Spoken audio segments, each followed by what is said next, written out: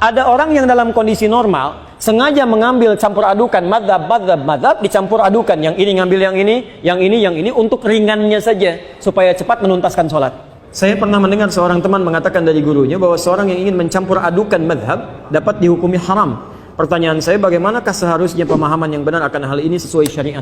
Tadi malam kami terangkan madhab, kami terangkan manhaj, dan kita telah sama-sama belajar insyaallah ya. Baik, teman-teman sekalian, manhaj itu semua ketentuan yang berasal dari Nabi.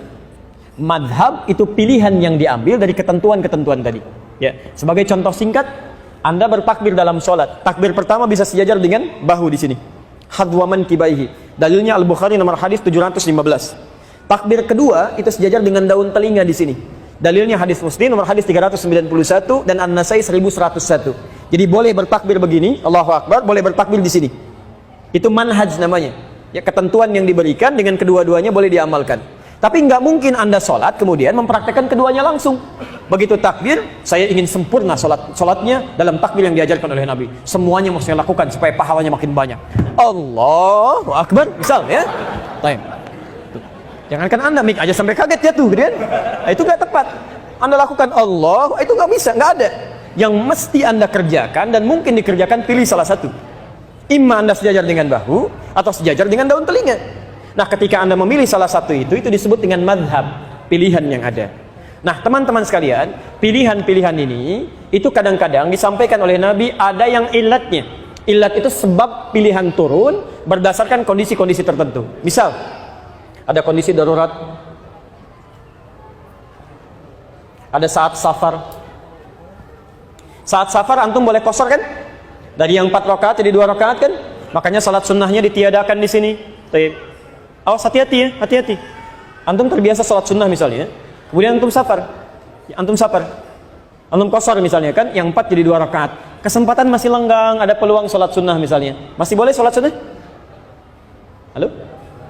Ya nggak usah, jangan terlampau soleh. Awas, nggak usah dikerjakan, nggak usah. Yang fardu aja antum turunkan jadi 2, 4 jadi 2. Kenapa antum tambah dengan sunnah lagi?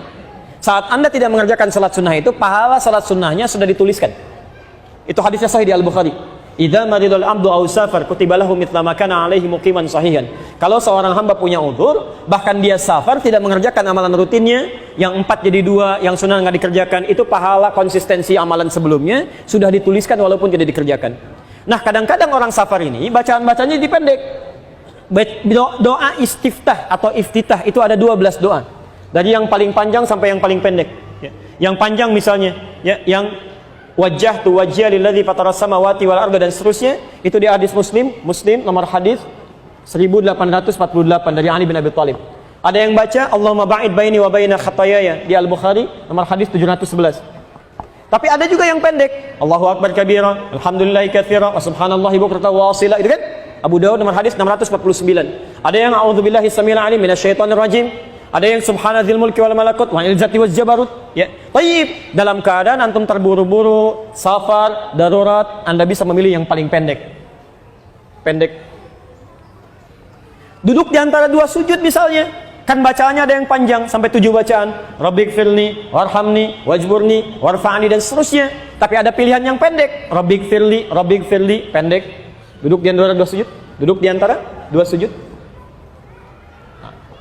Ini dibacakan karena bergantung situasi yang ini, darurat. Yang jadi masalah, yang dilarang itu adalah ada orang yang dalam kondisi normal sengaja mengambil campur adukan madhab dicampur adukan, yang ini ngambil yang ini untuk ringannya saja supaya cepat menuntaskan sholat.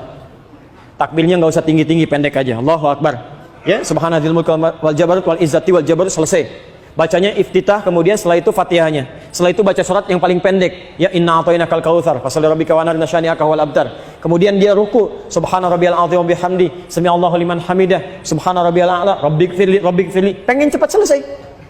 Allahu Akbar. Salat 23 rakaat 7 menit. Allahu Akbar, Allahu Akbar, Allahu Akbar, Allahu Akbar. La haula wala quwwata illa billah. Ini yang disebut dengan talfiq namanya. Talfiq. Mencampur adukan mazhab-mazhab yang ada hanya untuk mengambil keringanan-keringanan supaya nyantai dalam ibadah tapi tidak khusyuk dalam menunaikannya. Ini yang haram. Tapi kalau Anda misalnya mengambil pendapat terkuat yang Anda pandang kuat untuk diamalkan dalam keseharian, itu boleh. Boleh. Misal, doanya kan banyak, Anda mengambil yang Allahumma ba'id misalnya. Kemudian tahiyatnya Anda mengambil telunjuknya yang begini, tidak tergerak-gerakkan misal, gitu kan? Dalam Al-Fatihah Anda menggunakan bismillah dijaharkan, jahar misalnya kan, pendapat Imam Asy-Syafi'i. Tahiyatnya misalnya Anda menggunakan yang begini, tidak bergerak, Imam Ahmad bin Hanbal, misal. Itu bukan mencampur adukan. Anda pelajari, lihat pendapatnya, oh ini yang paling kuat. Mengambil pendapat yang paling kuat itu disebut dengan tarjih namanya, tarjih.